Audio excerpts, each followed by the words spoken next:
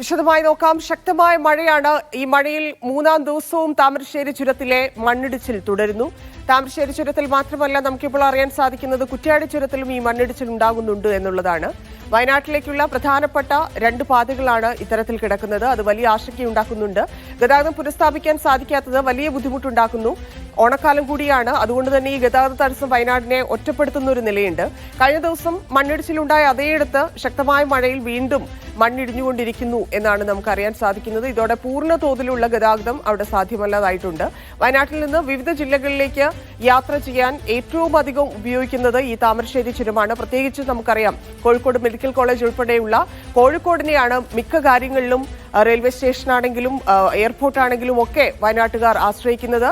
ബദൽ മാർഗം, അതായത് കുറ്റ്യാടി ചുരവും നാടുകാണി ചുരവും വാഹന ബാഹുല്യം കൊണ്ട് തന്നെ ഗതാഗതക്കുരുക്ക് രൂക്ഷമായിട്ടൊക്കെ തുടരുന്ന സാഹചര്യം ഉണ്ടായിരുന്നു. അപ്പം ഈ കുറ്റ്യാടി പക്രന്തളം ചുരത്തിന് സമീപം മണ്ണിടിച്ചിലുണ്ടായി എന്നൊക്കെയുള്ള വാർത്ത കൂടി വരുമ്പോൾ അതിൽ കൂടുതൽ ആശങ്കയുണ്ടാവുന്ന സാഹചര്യമുണ്ട്. ചുരത്തിലൂടെയുള്ള യാത്രയിൽ തന്നെ ആളുകൾക്ക് നേരത്തെ വന്യമൃഗങ്ങളായിരുന്നു ആ യാത്രയ്ക്ക് തടസ്സമായത്, ഇല്ലെങ്കിൽ ഭയപ്പെടുത്തിക്കൊണ്ടിരുന്നതെങ്കിൽ ഈ ചുരമിടിയൽ ഇല്ലെങ്കിൽ ഈ മണ്ണിടിച്ചിൽ ചെറിയ തോതിലെങ്കിലും ഉണ്ടാകുന്നത് പോലും ആളുകളെ അസ്വസ്ഥപ്പെടുത്തുന്നുണ്ട്, യാത്ര ചെയ്യാൻ വലിയ ഭീഷണിയാകുന്നുണ്ട് എന്നുള്ളതാണ്. അപ്പോൾ ഈ ചുരം ബദൽ മാർഗങ്ങൾ എല്ലാം ചർച്ചയായി തുടരുമ്പോഴും വയനാട്ടിലെ ആളുകൾ അവരനുഭവിക്കുന്ന ഒരു യാത്രാ ക്ലേശം അതിപ്പോഴും തുടരുന്നുണ്ട്. ആംബുലൻസ് ഉൾപ്പെടെ അത്യാവശ്യ വാഹനങ്ങൾ കടന്നു പോകുന്നുണ്ടെങ്കിലും ആയിരക്കണക്കിന് ആളുകളാണ്. നേരത്തെ ഞാൻ പറഞ്ഞതുപോലെ ഓണമൊക്കെയാണ്, പ്രത്യേകിച്ച് ഇവരുടെ പ്രധാനപ്പെട്ട ഒരു ഷോപ്പിംഗ് സെന്റർ ഉൾപ്പെടെയുള്ള കാര്യങ്ങളൊക്കെ കോഴിക്കോടിനെ ആശ്രയിച്ചാണ്. അപ്പം അത്തരത്തിൽ വഴിയിൽ കുടുങ്ങിക്കിടക്കുന്നവരും വരാനാകാത്തതുമൊക്കെ ആയിട്ട് ആയിരക്കണക്കിന് ആളുകൾ കുടുങ്ങിയിരിക്കുന്നു എന്നുള്ളതാണ്. ഈ ഒരു സാഹചര്യത്തിലാണ് തുരങ്കപാത വീണ്ടും ചർച്ചയാകുന്നത് എന്നുള്ളതാണ്. 31-ാം തീയതി തുരങ്കപാത ഉദ്ഘാടനത്തിനൊരുങ്ങുകയാണ്. പ്രധാനമായിട്ട് ഈ ബ്ലോക്ക് ഇല്ലെങ്കിൽ യാത്ര കുറച്ചുകൂടി സുഗമമാക്കുക എന്നൊക്കെയുള്ള ലക്ഷ്യത്തോടെയാണ് ആ പദ്ധതിയെങ്കിലും അത് മാത്രമാണോ ചുരത്തിന് ബദൽ മാർഗങ്ങൾ എന്നുള്ള ചർച്ചകൾ ഇപ്പോഴും നടക്കുന്നുണ്ട്. അതുമായി ബന്ധപ്പെട്ടുള്ള വിവാദങ്ങളും തുരങ്കപാതയ്ക്കെതിരായിട്ടുള്ള കാര്യങ്ങളും ഒക്കെ ഇപ്പോൾ നടക്കുന്നുണ്ട്. പക്ഷെ അത് എത്രത്തോളം ഇമ്പോർട്ടന്റ് ആണ് എന്നതുകൂടി പരിശോധിക്കേണ്ടതുണ്ട് എന്നുള്ളതാണ്. നമുക്ക് കൃത്യമായിട്ട് ഇപ്പോൾ 31-ന് ഇതിന്റെ ഉദ്ഘാടനം നടക്കാനിരിക്കുന്ന സാഹചര്യത്തിൽ കൂടി ഇത്തരത്തിലൊരു അപകടം കൂടി ഇല്ലെങ്കിൽ ഈ രീതിയിൽ ചുരമിടിയൽ കൂടി ഉണ്ടായിരിക്കുന്ന സാഹചര്യത്തിൽ കൂടി നമുക്ക് ആ തുരങ്കപാതയെക്കുറിച്ച് നമുക്കൊന്ന് വിശദമായി നോക്കാം. വയനാട്ടിലെ തുരങ്കപാത 31-നാണ് ഉദ്ഘാടനം തുടങ്ങുന്നത്. അതിന്റെ ഔദ്യോഗികമായിട്ടുള്ള നിർമ്മാണം ഇപ്പൊ നേരത്തെ തന്നെ ചെറിയ പാതകളുടെയൊക്കെ കാര്യത്തിൽ സ്ഥലമേറ്റെടുക്കൽ ഉൾപ്പെടെയുള്ള കാര്യങ്ങൾ തുടങ്ങിയിട്ടുണ്ട്. പക്ഷെ ഔദ്യോഗികമായിട്ട് നിർമ്മാണം തുടങ്ങുന്നത് 31-നാണ്. ഒപ്പം ഈ നമുക്കറിയാം, ആനക്കാംപൊയിൽ മുതൽ കല്ലാടി മേപ്പാടി അങ്ങനെയാണ് ആ തുരങ്കപാതയുടെ പദ്ധതി. വയനാട് തുരങ്കപാത നിർമ്മിക്കുക ഇല്ലെങ്കിൽ അതിന് സംസ്ഥാന പരിസ്ഥിതി ആഘാത സമിതിയുടെ അനുമതി ഉണ്ടാവുക എന്നൊക്കെയുള്ള കാര്യങ്ങൾ നേരത്തെ ഉണ്ടായിരുന്ന ആശങ്കകളൊക്കെ മാറ്റി ഒരുപാട് കാലത്തിന് ശേഷമാണ് പിന്നീട് അതിന് അനുമതി ലഭിക്കുന്നത്. അത് പരിസ്ഥിതി അനുമതി ലഭിച്ചതോടെയാണ് ഈ തുരങ്ക നിർമ്മാണവുമായിട്ട് സർക്കാരിന് മുന്നോട്ട് പോകാൻ സാധിച്ചത്. ഉരുൾപൊട്ടൽ സാധ്യത പറഞ്ഞിരുന്നു. പ്രദേശത്തെ ഈ തുരങ്ക നിർമ്മാണ അതീവ ശ്രദ്ധയോടെ വേണമെന്ന് സമിതി നിർദ്ദേശിച്ചിരുന്നു. പരിസ്ഥിതി പ്രവർത്തകർ അതുമായി ബന്ധപ്പെട്ടുള്ള അഭിപ്രായങ്ങൾ അറിയിച്ചിരുന്നു. ഈ പദ്ധതിയുമായി ബന്ധപ്പെട്ട് പലതവണ വിശദീകരണം തേടിയ ശേഷമൊക്കെയാണ് ഇതിനിപ്പോൾ അനുമതിയൊക്കെ ലഭിച്ച് ഔദ്യോഗികമായിട്ട് ഇതിന്റെ ഉദ്ഘാടനത്തിലേക്ക് നിർമ്മാണത്തിലേക്കൊക്കെ കടക്കുന്നത്. 25 വ്യവസ്ഥകൾ ഇതിലുണ്ട് എന്നുള്ളതാണ്. അതിനുശേഷമാണ് ഈ അനുമതി നൽകിയിരിക്കുന്നത്. ഈ പാറ തുറക്കുന്നതും ഏറ്റവും മികച്ച സാങ്കേതിക വിദ്യകളൊക്കെ ഉപയോഗിച്ചാകണം എന്ന് പറയുന്നുണ്ട്. ഒപ്പം പരിസ്ഥിതിയുടെ നാശം അത് ഒഴിവാക്കേണ്ടതുണ്ട്. വന്യജീവികളുടെ ഇല്ലെങ്കിൽ ഈ ആദിവാസി മനുഷ്യരടക്കമുള്ള ആളുകളുടെ പ്രശ്നങ്ങൾ അതെല്ലാം പരിഗണിക്കണം എന്നുള്ള നിർദ്ദേശം നിലനിൽക്കുന്നുണ്ട്. ഈ വയനാട് കോഴിക്കോട് ജില്ലകളെ ബന്ധിപ്പിച്ചുകൊണ്ട് ആനക്കാംപൊയിൽ നിന്ന് നേരത്തെ പറഞ്ഞതുപോലെ കല്ലാടി വരെയാണ് ഈ തുരങ്കപാതയുള്ളത്. 8.7 കിലോമീറ്ററിലാണ് പാതയുടെ ആ ഒരു ദൈർഘ്യം. ഇതിൽ ഏതാണ്ട് ഒരു 5 കിലോമീറ്റർ ദൂരം വനത്തിനിടയിലൂടെയുള്ള തുരങ്കപാതയാണ് എന്നുള്ളതാണ്. അപ്പോൾ ഇപ്പോൾ എടുത്തിരിക്കുന്ന നടപടികൾ എന്തൊക്കെയാണെന്ന് വെച്ചിട്ടുണ്ടെങ്കിൽ, കോഴിക്കോട് വയനാട് ജില്ലകളിലെ 33 ഹെക്ടർ ഭൂമി ഏറ്റെടുക്കാനുള്ള കാര്യം മാത്രമാണ് ഇനി ചെയ്യാനുള്ളത്. നമുക്കറിയാം, കോഴിക്കോട്ടിലെ ഈ ആനക്കാംപൊയിൽ നിന്ന് ആരംഭിച്ച് വയനാട്ടിലെ മേപ്പാടി പഞ്ചായത്തിലെ കല്ലാടിയിലാണ് ഈ തുരങ്കപാത അവസാനിക്കുന്നത്. ഉരുൾപൊട്ടലുണ്ടായ ചൂരൽമല, മുണ്ടക്കൈ, ഇതൊക്കെ ഈ പ്രദേശങ്ങളിലൂടെയൊക്കെ തുരങ്കപാത കടന്നു പോകുന്നുണ്ട്. അതൊക്കെ വലിയ രീതിയിലുള്ള ആശങ്കകൾ ഉണ്ടാക്കിയിരുന്നു. ഉരുൾപൊട്ടൽ ഉണ്ടാകുന്നതിന് മുൻപ് തന്നെ ഈ തുരങ്കപാതയ്ക്കെതിരെ വലിയ പ്രതിഷേധമൊക്കെ ആയിട്ട് അവിടെ പരിസ്ഥിതി സംഘടനകളൊക്കെ രംഗത്തെത്തിയിരുന്നു. അതിനുശേഷവും സ്വാഭാവികമായിട്ടും നമുക്ക് മനസ്സിലാവുമല്ലോ എത്രത്തോളം ആശങ്ക അവരെ സംബന്ധിച്ചുണ്ടാകുമെന്നത്. അതുകൊണ്ട് തന്നെ ആ ആശങ്കകളെല്ലാം മുൻനിർത്തിക്കൊണ്ടായിരുന്നു ഇതിനെതിരായി സംസാരിച്ചിരുന്നത്. പക്ഷേ അതെല്ലാം ക്ലിയർ ചെയ്തുകൊണ്ട് പോകാം എന്നൊരു ഉറപ്പ്, ഇല്ലെങ്കിൽ ആ നിബന്ധന പാലിച്ചുകൊണ്ടായിരിക്കും പോവുക എന്നും നമുക്ക് കരുതാം. അപ്പൊ ഈ ഉരുൾപൊട്ടൽ ഉണ്ടായതോടെ ഒരു കാരണവശാലും ഇതൊന്നും അനുവദിക്കില്ല എന്ന നിലപാടിൽ വയനാട്ടിലെ പ്രകൃതി സംരക്ഷണ സമിതി ഉൾപ്പെടെയുള്ള സംഘടനകളൊക്കെ ഉണ്ടായിരുന്നു. പക്ഷേ അവരെല്ലാം ഈ വിഷയത്തിൽ കുറച്ചുകൂടി ഇവർക്ക് കൃത്യമായ കാര്യങ്ങൾ അറിയാൻ സാധിച്ചപ്പോൾ ഈ നിബന്ധനകളും ഈ നിർദ്ദേശങ്ങളും ഒക്കെ വെച്ചപ്പോൾ എന്തൊക്കെ പരിഗണിക്കുന്നു ഇതിൽ എന്നൊക്കെയുള്ള കാര്യങ്ങളിൽ ഒരു വ്യക്തത വന്നപ്പോൾ വലിയ രീതിയിൽ അതിനെതിരെ ഒരു പ്രതിഷേധം ഇപ്പോൾ നടക്കുന്നില്ല എന്നാണ് മനസ്സിലാക്കുന്നത്. ഒപ്പം തന്നെ ഇനി ഏറ്റെടുക്കാനുള്ളത് ഇപ്പം സ്വകാര്യ ഭൂമിയുടെ കാര്യം നമ്മൾ പറഞ്ഞു. വനഭൂമി കൈമാറി കഴിഞ്ഞിരിക്കുന്നു. 90% സ്വകാര്യ ഭൂമി അത് ഏറ്റെടുത്തിട്ടുണ്ട്.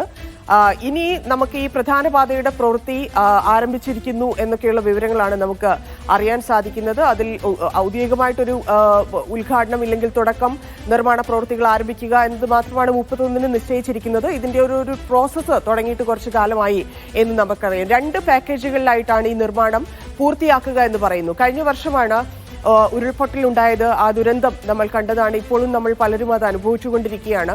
ചൂരൽമല, മുണ്ടക്കൈ ഇവിടെ ഉൾപ്പെട്ടിട്ടുള്ളതാണ്. ഈ കല്ലാടിയോട് ചേർന്നുള്ള പരിസര പ്രദേശങ്ങളാണത്. അപ്പോൾ വയനാടിനെ സംബന്ധിച്ച് ഇങ്ങനെ ഒരു തുരങ്കപാത എത്തുന്നത് അതിനോട് ചേർന്നുള്ള ഒരു പ്രദേശത്തായതുകൊണ്ട് തന്നെ വയനാട് തുരങ്കപാതയുടെ ഭാഗമായിട്ട് വരുന്ന ചൂരൽമലയുടെ ഭാഗം, ഉരുൾപൊട്ടലുണ്ടായ ഭാഗം, അപ്പോൾ ഈ സാധ്യത തള്ളിക്കളയാൻ സാധിക്കില്ല. ഇനി തുരങ്ക നിർമ്മാണം ഒക്കെ നടക്കുമ്പോൾ അതീവ ശ്രദ്ധയോടെ വേണം എന്നൊക്കെയുള്ള നിർദ്ദേശങ്ങളുണ്ട്. ആ നിർദ്ദേശങ്ങൾ കൊണ്ടാണ് സംസ്ഥാന പരിസ്ഥിതി ആഘാത സമിതി പദ്ധതിക്ക് അനുമതി നൽകിയത് എന്നാണ് നമ്മൾ മനസ്സിലാക്കുന്നത്. കാരണം അത്ര വലിയൊരു ദുരന്തമാണ് നമ്മൾ നേരിട്ടിരിക്കുന്നത്. ഇപ്പോൾ ചുരത്തിലുണ്ടായി എന്നൊക്കെ പറയുന്നതിന്റെ 100 ഇരട്ടി വലിയ ദുരന്തമാണ്. കാരണം ഇതിപ്പോ നമുക്ക് വലിയ ബുദ്ധിമുട്ടുകൾ ഉണ്ടാക്കിയിട്ടില്ല, നാശനഷ്ടങ്ങൾ വലുതായിട്ടുണ്ടായിട്ടില്ല, ആളുകളെ സംബന്ധിച്ച് ആർക്കും ഒന്നും അപകടമൊന്നും ഉണ്ടായിട്ടില്ല, വണ്ടികൾ നശിക്കുന്ന സാഹചര്യം ഉണ്ടായിട്ടില്ല. അപ്പം നമുക്കത് മുന്നേ അറിയാൻ സാധിച്ചതുകൊണ്ട് വലിയ ദുരന്തം ഒഴിവായി. പക്ഷെ അതിന്റെ 100,000 ഇരട്ടി വലിയൊരു ദുരന്തത്തെ ഫേസ് ചെയ്ത് നിൽക്കുമ്പോഴാണ് വീണ്ടും ഈ തുരങ്കപാത വരുന്നത് എന്നുണ്ട്. അത് എത്രത്തോളം യാഥാർത്ഥ്യമാക്കും എന്നതിനപ്പുറത്തേക്ക് ഈ പറഞ്ഞിരിക്കുന്ന ഈ അനുമതി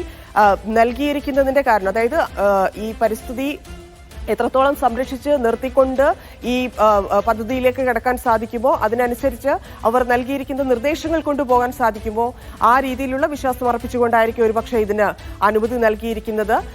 ഈ പദ്ധതി വരുന്ന പ്രദേശങ്ങൾ കോഴിക്കോട്ടെ തിരുവമ്പാടിയും വയനാട്ടിലെ വെള്ളരിമലയും അത് പരിസ്ഥിതി ദുർബല പ്രദേശമാണ് എന്നൊക്കെ നേരത്തെ അറിയാമായിരുന്നു. അപ്പോൾ ഈ തുരങ്കപാതയുടെ നിർമ്മാണത്തിന്റെ ഖനന സമയം മുതൽ അവിടെ ഉണ്ടാകാൻ സാധ്യതയുള്ള ഒരു സ്ഫോടനത്തിന്റെ പ്രത്യാഘാതങ്ങളൊക്കെ കുറയ്ക്കാൻ നമുക്കറിയാം CSIR-നും CIMFR-നുമൊക്കെ നൽകിയിട്ടുള്ള മുഴുവൻ നിർദ്ദേശങ്ങളും അത് പാലിച്ചുകൊണ്ടായിരിക്കണം മുന്നോട്ട് പോകുന്നത് എന്ന കർശന നിർദ്ദേശമുണ്ട്. ഇതിൽ ഉണ്ടാകാൻ പോകുന്നത് വൈബ്രേഷൻ ഉണ്ടാകും, പ്രളയം, ഭൂമിശാസ്ത്രപരമായ പഠനം, ഇതിലൊക്കെയുള്ള നിർദ്ദേശങ്ങൾ കൃത്യമായി പാലിച്ചേ പോകാൻ സാധിക്കൂ. ഇതുമായി ബന്ധപ്പെട്ട് റിപ്പോർട്ട് നൽകിയിട്ടുള്ളതാണ്. അപ്പോൾ പരിസ്ഥിതി മന്ത്രാലയത്തിന് മറ്റ് റിപ്പോർട്ടുകൾ കൂടി നൽകേണ്ടതുണ്ടെന്ന് മനസ്സിലാക്കുന്നു. 4 ഗ്രൗണ്ട് വൈബ്രേഷൻ മോണിറ്ററിംഗ് സ്റ്റേഷനുകൾ നിർമ്മിക്കണമെന്നാണ് പറഞ്ഞിരിക്കുന്നത്. കാരണം ഇതിനടുത്തുള്ള പ്രദേശങ്ങളാണ് ഈ പറയുന്ന ദുരന്തമുണ്ടായ സ്ഥലങ്ങൾ.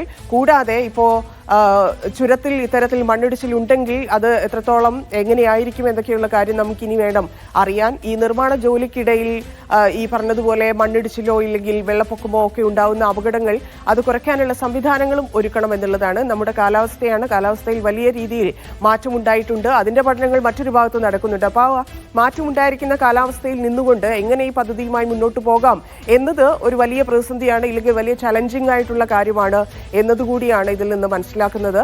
ഒപ്പം ഈ പശ്ചിമഘട്ട മലനിരകളിലൂടെ കടന്നുപോകുന്ന പാത അത് ജൈവ വൈവിധ്യ സമ്പന്നമായതുകൊണ്ട് തന്നെ അവിടെ പക്ഷികളുടെ വന്യമൃഗങ്ങളുടെ ഒക്കെ സംരക്ഷണം ഉറപ്പാക്കേണ്ടതുണ്ട്. അപ്പൻകാപ്പ് ആന ഇടനാഴിയുടെ ഒരു സംരക്ഷണം നേരത്തെ മുതൽ തന്നെ പറയുന്നതാണ്, അത് സംരക്ഷിക്കേണ്ടതുണ്ട്.